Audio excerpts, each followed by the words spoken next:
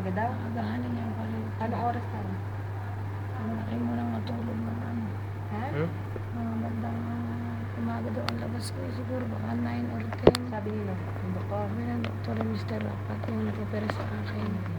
Sabi niya, bukas lalabas ha, huwag kang lalabas ngayon. Sabi niya, Mari, gano'n doon ka. Ang dalawa ni Ina, hindi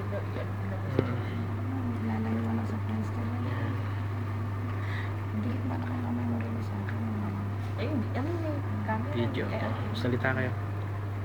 Mga anak, nakaraos na ang inyong ina ng maluwalhati. Ngayon, napakasakit na. Kumikirot na yung operasyon sa akin. 4 pa lang ang butas. Pakita mo yung 4 na butas.